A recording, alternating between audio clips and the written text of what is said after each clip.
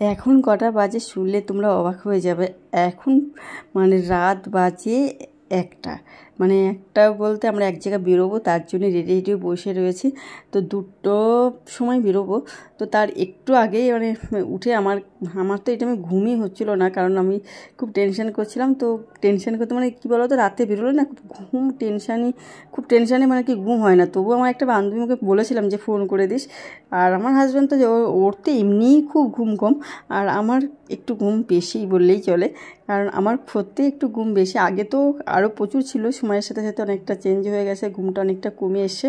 তো রেডি হয়ে রয়েছি, তো ফোন করলে বেরিয়ে পড়বো। তো এখনও ফোন করছে না, তো ভাবলাম এই রাতে যখন উঠেছি বন্ধুদের সঙ্গে একটু সাক্ষাৎ করে নিই।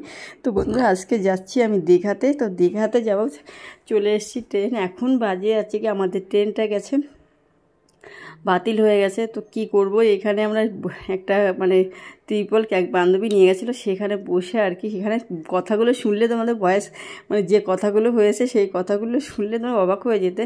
আর আমি কি করব কি বলবো, দেখো সব শুয়ে পড়েছে, আমিও এখানে ঘুমিয়ে পড়েছিলাম, কিছু করার নেই। মানে সবাই, আমার তো এক বান্ধব বলছে এর কি রে ভিখারির মতো ঘুমিয়েছে, তবু সেই ট্রেন লেট করে 5 ঘন্টা লেট করে এসছে। 5 ঘন্টা লেটে বুঝতে পারছো কেমন কষ্ট হয়। আর একটা জিনিস তোমাদের একটা ভালো মানে ইনফরমেশান দিই, আমার জীবনে প্রথম আমি যে এই এক্সপ্রেস ট্রেনে উঠেছি, এটা আমি সত্যি কথা। আর ওই যে স্টেশনে আমরা বসেছিলাম, হাওড়া স্টেশন, ওখানে আমি কোনোদিনও আসিনি, যেমন ওটাও আমার ফার্স্ট টাইম। তো একটা নতুন একটা অভিজ্ঞতা হলো। তো অনেক ক্লান্ত করে সত্যি কথা, বাচ্চাগুলোও বসে রয়েছে, জানি না কখন পৌঁছাবো দীঘাতে যেয়ে। তো খুব এক্সাইটেড, বাচ্চাগুলো তো খুব এক্সাইটেড। আমার কিন্তু সত্যি কথা বলতে যাওয়ার একদমই ইচ্ছা ছিল না, কিন্তু আমার মেয়ে বলে বাসে যাই তো আমরা, মানে ট্যুর বেশিগুলো বাসেই করা হয়। তো যতগুলো ট্যুর করেছি মোটামুটি বাসেই করেছি। তো সেই জন্য না আমার মেয়ে বলছে বাসে আমি যাবো না, কারণ ওখানে একা থাকে আর মোবাইলও দেওয়া হয় না, তো ওই জন্য যায় না। এবার সেই শুনেছে ওর বান্ধবীরা মানে সবাই ওর সাথে যাবে, তো সেই কারণে মানে ওর এত লাফানি, তো আমি আর মানে বন্ধ করতেই পারলাম না। তো ওর জন্যই যে মানে আসা, আর সঙ্গে কিন্তু বরবাবুকে আনিনি, কারণ আমরা এই সবাই বান্ধবীরাই যাচ্ছি। সবার বর বলতে একটা বান্ধবীর বর, আর সব বর ছাড়া যাচ্ছে, সব বাচ্চা নিয়ে যাচ্ছি। আর এই দেখো সবাই বসে রয়েছি আমরা, এখন ট্রেন চলছে আর খাওয়া দাওয়ার প্রস্তুতি চলছে এখানে। মানে যার টুকলাতে যা ছিল মোটামুটি সেগুলো খাওয়া দাওয়া করেছি, প্রচুর খাওয়া, মানে মুড়ির থেকে শুরু করে বিস্কিট কেক টেক যা ছিল, শসা টসা, এত সুন্দর আর কি, ভালো লাগছিলো, একটা নতুন অভিজ্ঞতা। তো বন্ধুরা, ফাইনালি আমরা চলে এসেছি দীঘাতে এসে প্রথম আমরা হোটেলে বুক যাইনি, এসে পর খাওয়া দাওয়া করেছি, কারণ আমরা এখানে প্রায় 3:30 এসে বসেছি খাওয়া দাওয়া করে। তো দেখছিলাম চেহারাটা খুব সুন্দর হয়েছে, এত সুন্দর চেহারা হয়েছে কি বলবো, খাওয়া দাওয়া করে। আর আজকে এখানে এসে আমি মানে শনিবার মানছি, বুঝতে পারছি আজকে শনিবার ছিল, শনিবার মানছি। এবার সন্ধ্যাবেলা স্নান টান করে খাওয়া দাওয়া করে হোটেলে গেছি, হোটেল থেকে স্নান করতে গেছি, স্নান করে ওই জিনিসটা কি মিস করা যায় বলো। তারপরে এই যে জগন্নাথকে দর্শন করতে বেরিয়েছি, আমাদের একটু লেট হয়ে গেছে, মন্দির বন্ধ হয়ে গেছে। তো কি করব, এখন আমরা যাচ্ছি গিয়ে ওল্ড দীঘা, মানে হেঁটেই যাচ্ছি, মানে মেইন গেটের দিকে যাচ্ছিলাম। তো ভাবলাম তাহলে আবার ফিরে যাব, তারপরে আর কি আমরা আবার ডিসিশন নিয়ে সবাই মিলে তারপরে হচ্ছে ওল্ড দীঘাতে গেলাম। মানে ওল্ড দীঘা এখান থেকে টোটো ধরবো, কিন্তু টোটোটা অ্যাকচুয়ালি অনেকটাই মানে পাওয়া যাচ্ছে না। তোমরা লোকের একটা ভিড় দেখো, এই যে মেইন গেট, নিত্যানন্দ গেট না কি একটা মানে বলছিল, আমি ঠিক জানি না, এই মুহূর্তে বলতে পারলাম না। তো দেখো কি সুন্দর লোকের একটা, মানে সবাই এসছে দেখতে, কিন্তু ওই যে সবাই ফিরে চলে যাচ্ছে, টাইমটা আমরা একটু লেটে চলে এসেছি। তো প্রচুর কালকে আসবো ঘুরতে। তো এখানে একটা মেইন গেটে তোমাদের একটা ছবি টবি তুললাম, একটা ভিডিও করলাম সব বান্ধবীরা মিলে, সবাই মিলে। এবার আমরা হাঁটা শুরু করছিলাম, প্রস্তুতি করছি যাবো যে এসে ওল্ড দীঘাতে যেয়ে কী বলবো, অনেক লেটে একটা পেয়েছি অটোতে এত গন্ধ, এত জ্যাম রাস্তায়, কি বলবো, আর বিশাল জ্যাম। তো বন্ধুরা, ওল্ড দীঘাতে গিয়ে কিন্তু আমি একটু ঘুরতে পারিনি, এই কারণে মেয়ে অসুস্থ হয়ে গেছিলো, আর আমিও মানে ওর সঙ্গে অসুস্থ বলতে আমারও ঘুম পাচ্ছিল। এবার অসুস্থ হয়ে গেছে, ওকে নিয়ে তো আর ঘোরা যায় না, আমি ওকে নিয়ে ওই বীজ দেখছিলাম, ঢেউ দেখছিলাম, কোলে শুইয়ে আমি দেখছিলাম, আর সবাই ঘোরাফেরা কেনাকাটা করেছে। আর এই যে এখন আসছিল ভোরবেলা, আবার ভোরবেলা ওই রাত্রে গিয়ে আমাদের হোটেলে যে ফিরতে ফিরতে অনেক লেট হয়ে গেছিলো ওলদিঘাট থেকে, মানে হোটেলওয়ালা ফোন করেছে, গেট বন্ধ করে দিয়েছিল। তো সেই সময় 12টা বাজে যখন গেছে, আবার সেই 4টের আগে উঠে এই 4টের সময় চলে এসেছিলাম মোহনাতে সূর্য দেখবো তাই। তো এই দেখো এখানে অনেক মানে মেয়ে তো খুব খুশি, এইগুলো আর কি আসে পুরীতে যেও খুঁজেছিল। আমরা গতবার এসে গত বছর এই বছরের মধ্যেই আবার একবার দীঘাতে এসেছিলাম, সেই সময় ও পাথর খুঁজেছিল প্রচুর। তো ওই এই পাথর বলতে এই যে ঝিনুক শামুক এইগুলো খোঁজে, আর ও পাথর খুঁজতে যায়। আর এই যে গর্ত দেখছিলাম সব এই যে লাল কাঁকড়া হয় না, সেই লাল কাঁকড়ার গর্ত, এখন জল নেই বলেই বেরোচ্ছে না দেখ। আর এত সকাল দিকে এখনও বেরোচ্ছে না।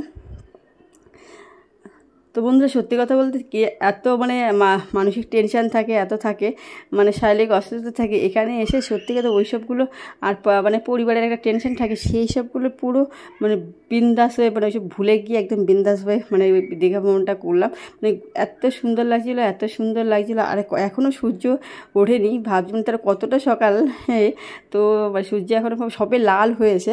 তাই এই দৃশ্যটা দেখার জন্যই আমরা এসেছি কত ঘুরে। আর আমরাই প্রথম ফার্স্ট টাইম এসেছি। আর দেখতে মানে এত ভিড় হয়ে গেল কি বলবো, মানে সবাই সূর্য দেখবে, তো আমরাই ফার্স্ট টাইম চলে এসেছিলাম। তো এবার যেখানে যে সূর্যটা মোটামুটি দেখা যাবে সেখানেই আমরা মানে অনেকে বসেও ছিলাম। তো এখানে আবার আসতে মানে অনেকে আসছে, আবার বললো চলো ওখানে চলো, মানে যেখানটা মোটামুটি সূর্য ওঠে সেইখানে আর কি যাওয়ার পথে আমরা রওনা হয়েছি। তো খুব তো ভালো লাগছে। আর সত্যি কথা বলতে এত ক্লান্ত, এত টেনশন না, সব ভুলে গেছিলাম। আর দেখো রাত তো জাগাই হয়েছে, পরপর রাত জাগা কি বলবো। তো এই যে চলে এসে ফাইনালি দেখো সেই জায়গাটা, এই মোহনার একটা, আমি না সত্যি মোহনা কেন বলা হয় একটা মানে সমুদ্র আর নদী মিলনস্থল, কিন্তু সমুদ্র আর নদী আলাদা জায়গা, এইখানেই আছে সূর্যটা ওঠে। তো এই জন্যই এতটা ফেমাস এই মোহনাটা, আর দীঘার মোহনা। আর আমি সত্যি কথা আগেরবার এসে এইসবগুলো দেখা হয়নি, তো এবার এই জন্যই দেখলাম। আর সকালে এতটা ভালো লাগছিলো না কি বলবো, সমস্ত টেনশন ভুলে একদম নিজেকে একদম এসবের মধ্যে একদম উজাড় করে দিয়েছিলাম। তো খুব ভালো লাগছিলো। আর দেখ সমুদ্রের ঢেউগুলো, এইগুলো দেখে মানুষের মন ভালো হবে না এটা কখনো হয়, সে যতই রকম দুঃখ থাকুক ভালো থাকুক। তো কারা একবার মানে দীঘা এসছো প্লিজ কমেন্ট করে জানিও। দীঘা আসেনি এমন লোক খুব কম আছে। আমরা তো যাদের সঙ্গে এসেছি, আমার নাচের ম্যামের সঙ্গে আর কি মেয়ের, তো ওরা তো 13-14 বার এসছে, ওদের সমস্ত এখানে ছুটিনাটি বলে কি। তা আমি ওকে বলছিলাম কি তোমার এখানে ভালো লাগে এতবার, বলে কি শুধু কি ভালো লাগার জন্য, মানসিক টেনশান নিয়ে থাকে এই ফ্রেশ হওয়ার জন্য আর কি, পরিবেশটাকে একটু চেঞ্জ করার জন্যই আসি। ওটা আর কি এক জিনিস আমি বলেছিলাম, এক জিনিস দেখছিলাম, সে বলে কি এইটার জন্য মানসিক টেনশনটা সবারই তো থাকে, সামাজিক ব্যাপার থাকে, তারপর ও অনেকটা ওর সারাদিনে অনেক কাজ থাকে, প্রেশার থাকে, সেই সবগুলোর জন্য থেকে একটু মুক্তি নেওয়ার জন্যই আসে। আর এখানে দেখা যাচ্ছে বড় কাঁকড়া, সেই কাঁকড়াগুলোই মেয়ে দেখছিল সুন্দর করে। দেখো এইটা এতটা সুন্দর, এইসব জায়গাগুলো তৈরি করেছে, দারুণ, মনটা একদম ভরে যাচ্ছিলো। তো যে কে বন্ধুরা এসছো দীঘা, মানে এই মোহনাতে এসছো কে অবশ্যই আমাকে একটা কমেন্ট করে জানাবে। আমার বন্ধুদের বলছে। আর এই যে এখানে না একটু সমস্যা হয়ে গেছে, মানে এই মানে এটা একটা মানে ব্রিজ টাইপ তো বলা যাবে না, পাথর দিয়ে বেশ সুন্দর একটা মানে মানে রাস্তা আর কি, সেই রাস্তায় এইখানে একটু বিপদ মানে ডেঞ্জার, এখানে অনেকটাই ডেঞ্জার। এখানে একটু পাথরের মানে তারপর আমরা শু পড়ে গেছিলাম, স্লিপ কাটছে, পাথরগুলো তার সমান হয় না, এবড়ো খেবড়ো হয়। তা এই ত্রিভুজ মতন দেখতে, এইগুলো কিন্তু সব প্রাকৃতিকভাবে তৈরি করা, প্রাকৃতিক জিনিস নয়, কৃত্রিম আর কি, আর্টিফিশিয়ালভাবে তৈরি করেছে। আর এমনি পাথরগুলো তো এমনি প্রাকৃতিকভাবেই হয়। তো এখানে একটু বসে পোজ নিচ্ছিলাম, আর সবাই চলে গেছে। দেখো দেখতে লোকের একটা মানে ভরে গেছে। কিন্তু এই টাইমে কেউ সকালে স্নান করে না, মানে করেনি দেখছি, কারণ সবাই সূর্যটাকে দেখার জন্য আগ্রহে উপস্থিত হয়েছে। তার আগে একটু ঘোরাফেরা করে সমুদ্রের জল টল পায়ে লাগাচ্ছে। তো এইগুলো করতে আসে সবাই, তো ভালোই তো লাগবে অবশ্যই। আর এই টাইমে কী বলো তো, আজকে এসে আমরা যখন এসেছি শনি রবি বুধ, এই শনি রবি সোম এই 3 দিন আছে পরপর ছুটির দিন ছিল, সোমবারটাও বুদ্ধ পূর্ণিমা ছিল, তো ছুটি, এই জন্যই আর প্রচুর ভিড় ছিল। আর আমি একটু এখানে ভিডিও করব বলে একটু পোস্ট নিচ্ছিলাম। তারপর এখানে মানে পাথরের উপর দিয়ে আমার খুব ভয়ও লাগছিল, তো আমি একটু বেশ ভয়টাই মানে তাড়িয়ে দিয়ে বললাম না একটু ছবি টবিগুলো তুলি। তো এই জন্য এখানে দাঁড়িয়ে পড়েছিলাম। আর এইসব দেখি তো কী বলো তো, যারাই আসে মোটামুটি এইসব জায়গাতে ছবি তোলে। তো এখানে সত্যি কথা আমি কেন ভাবতাম আর এইখানে ছবি তোলার কী আছে, এইখানে ছবি তোলার এই মজাটাই আছে সত্যি। এগুলো সব ফিলিংসের ব্যাপার, এগুলো ঠিক অনুভব করার ব্যাপার, তো এগুলো ঠিক বলে বোঝানো যায় না। এই যে আমি এখানে দাঁড়িয়েছিলাম, আমার এত ভালো লাগছিলো, এত ভালো লাগছিলো কী বলবো তোমাদেরকে, মানে সংসারের সমস্ত গ্লানি দূর। আমাদের সঙ্গে একজন ছিল দিদিভাই, সে বলছে কি, যা আমি রান্না করা ভুলে গেছি, বাসন মাজা ভুলে গেছি, সংসারের সমস্ত কাজ আমি ভুলে গেছি, আমি আর ফিরতে চাই না। এতটা ভালো লেগেছে। অ্যাকচুয়ালি স্ট্রেস মানুষকে অনেকটা কী বলবো, বিপর্যস্ত করে দেয়। তো এইটা থেকে মুক্তি পাওয়ার জন্য সবাই এখানে ঘুরতে আসে।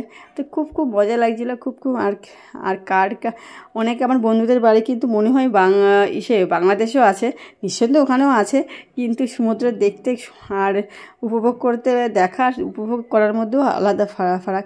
আগে তো আমি তো কখন খুব একটা ঘুরিনি, এই রিসেন্টে ঘোরাঘুরি করছি। আগে এত ঘুরতাম, ঘুরিনি বলে, বিয়ের আগে তো ঘুরিনি। বিয়ের আগে পাচ্ছি কি নবদ্বীপ গেছিলাম আর মায়াপুর বিয়ের আগে, আর ওই 2-1 পার্ক আর এইসব। এই দেখো তোমাদের সেই প্রিয় সেই জিনিসটা দেখছি। আর লোকে এত হেঁটে যাচ্ছে, আমি ভিডিও করতেই পারছিলাম না। এই দেখো লাল হয়ে গেছে টকটকে, কিন্তু এটা সাদা দেখাচ্ছে আমার ফোনে। খুব সুন্দর, দেখে মন চোখ হৃদয় সব জুড়িয়ে যায়। এত ভালো জায়গা, সত্যি কথা বলতে আমার তো এত ভালো লাগছিলো, আমার কেন, সবারই ভালো লাগবে। তোমাদের ভিডিওটা দেখেই তো এতটা মন ভালো হয়ে যায়। দেখো কি দারুণ এইসব, সচরাচর যারা যদি একটু দেখতে চাও বন্ধুরা, প্লিজ সময় করে এসে দেখো, তোমাদের এত ভালো লাগবে। আর খুব পুরীর থেকে কিন্তু দীঘার বাজেটটা অনেক কম, অনেক অল্প টাকায় ভালো একটু ভ্রমণ করা যায়। দীঘা ভ্রমণে খুব একটা টাকা যে লাগে সেরকম না, একদম অল্প টাকায় তোমরা করে আসতে পারো। আর আগের থেকেই কিন্তু আমাদের যদি পারো হোটেল বুক করে আসো। কিন্তু আমাদের এই যেমন সামনে এসেছিলো, প্রচুর লোক এসেছিলো, সব ফিরে গেছে, কারণ বুক সব আগের থেকে করছে। আর এই টাইমটা জগন্নাথের মন্দির হওয়াতে প্রচুর লোক হচ্ছে।